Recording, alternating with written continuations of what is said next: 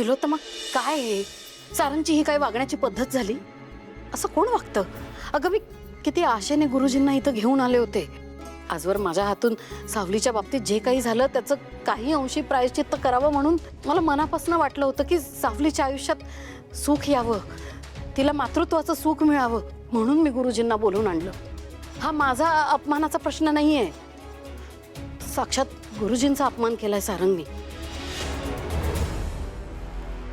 गुरुजी, तुमचा अपमान करण्याचा आमचा कुठलाही हेतू नव्हता आणि सारंगला हे अचानक असं कळल्यामुळे थोडा सैरभैर झालाय तो, म्हणून काहीच्या काही बरळला.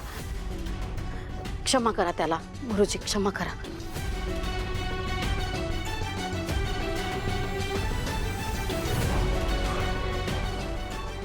गुरुजी, नाही मी सुद्धा तुमची माफी मागते. म्हणजे तुमच्यावर काही संशय अजिबात नाहीये, पण तरी सुद्धा आईचं काळीज आहे. जरा मनात धाकधूक होतीये, म्हणून एक प्रश्न विचारू का? हा जो तुम्ही विधी सांगताय ना, तो विधी केल्यानंतर माझ्या सारंगच्या सावलीच्या आयुष्यात सगळं व्यवस्थित होईल ना?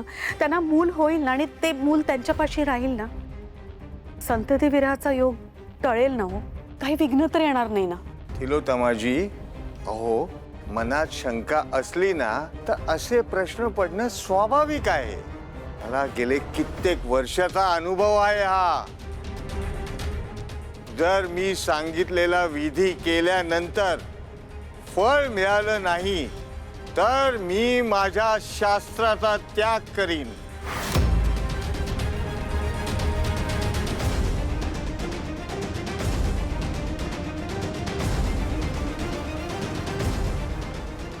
गुरुजी, तुम्ही निश्चिंत राहा. आम्ही सारंगची समजूत काढू. चंद्रकांतजी, आपल्या दोघांना मिळून त्याला समजावावं लागेल.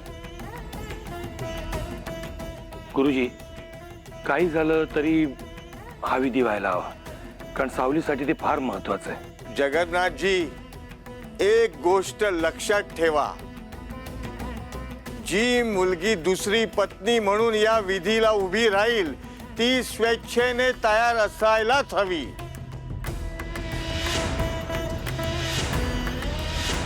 ती कोणाच्या दबावाखाली किंवा सक्तीने जर विधीला बसली तर त्याचे परिणाम गंभीर होतील. आणि मुख्य म्हणजे हा विधी पुढच्या 7 दिवसात पूर्ण व्हायलाच हवा.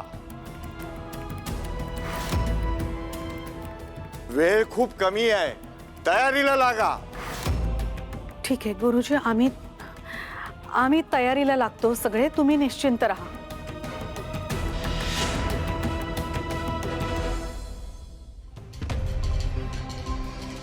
अनामिका, थांब. काय झालं? सगळे धावता का? काय झालंय का? नाही, ते मी सावली त्यांच्या रूम मध्येच जात होते. हा, सावली पण टेन्शन मध्ये गेली, सारंग दागात गेला. काय झालंय का? काही इशू आहे का? ते गुरुजी आले होते आणि त्यांनी एक उपाय सांगितलाय. काय?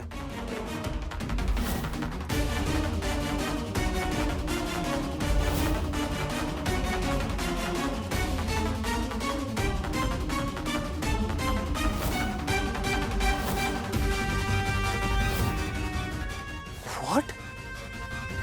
अरे काय चाललंय घरात? या आताच्या काळातही ही लोक या गोष्टीवर विश्वास ठेवतात? आणि कोण गुरुजी? कुठले गुरुजी? कोणी आणले?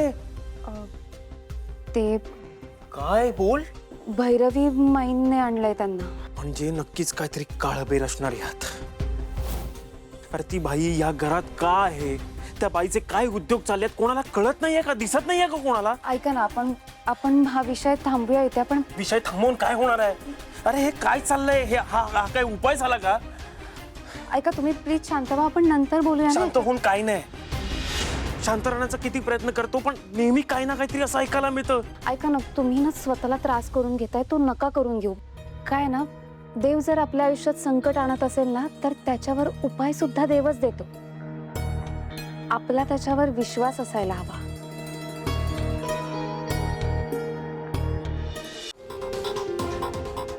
भैरवी, म्हणजे चांगली गोष्ट आहे की गोपाळ भटाने आपल्याला एक उपाय सांगितलेला आहे ज्याच्यामुळे आपले प्रॉब्लेम सॉर्ट आउट होतील. पण मला हे सगळं खूप विचित्र वाटतंय. सगळं खूप अचानक घडतंय. भैरवी, खरं खरं सांग, हा तुझा एखादा प्लॅन नाही आहे ना ग? अगं तिलोत्तमा, काय बोलतेस तू? कसं प्लॅन करणार आहे मी हे सगळं? काशीचे सगळ्यात मोठे विद्वान पंडित यांना कसं मी मॅनेज करणार आहे? आणि ते माझं ऐकणार आहेत? बरं, ते सगळं सोड. तुला जर एवढा डाऊट वाटत असेल ना, खात्री नसेल या सगळ्या गोष्टींची, तर एक काम कर, तू त्यांना स्वतः फोन कर किंवा नंतर जाऊन त्यांना भेट. तुझ्या मनात ज्या काही शंका, कुशंका, जे काही डाऊट्स आहेत ना, ते सगळे क्लिअर करून घे. पण माझ्यावर असला आळ नको घालू बाई. काय, मी ना खूप चांगल्या मनाने काहीतरी करण्याचा प्रयत्न केलाय तुझ्यासाठी, सावलीसाठी, सारंगसाठी. तर प्लीज अशी शंका घेऊ नकोस माझ्यावर. एक मिनिट, आपण धरून चालू की हे सगळं खरं आहे. सारंग माहितीये ना कसं आहे, एकदा नाही म्हणाला की नाही, खूप हट्टी येतो. आणि तरी सुद्धा धरून चालूया की सारंग हो म्हणालाच. तर अशी कोण मुलगी आहे जी आयत्या वेळेला आपल्याला मिळेल या विधीसाठी? मी सॉरी, मी येऊ? ये ना, ये. काय झालं? तुम्ही अशा का बघताय माझ्याकडे? काही चुकीचं केलंय का मी? नाही नाही, काही नाही, काही नाही. हां, ते सरबत आणलं होतं तुमच्यासाठी. थँक्स. टाकू तुम्हाला?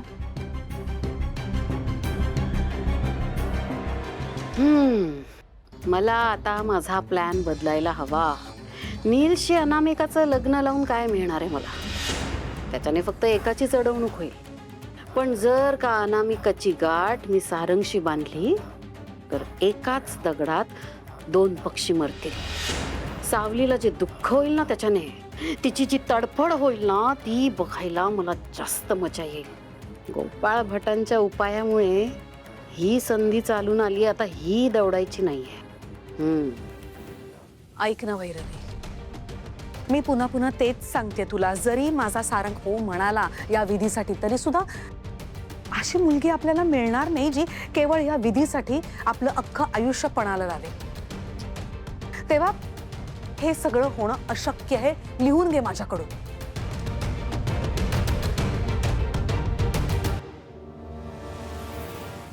चला, मला आता लवकरात लवकर सूत्र हलवायला लागणार आहेत. 7 दिवसांची वेळ आहे आणि ही मुलगी तर माझ्या समोरच आहे. अनामिकाला सारंग सोबत लग्नासाठी तयार करणं आणि सारंगला या जाळ्यात ओढून घेणं, आता हेच माझं मुख्य काम असणार आहे.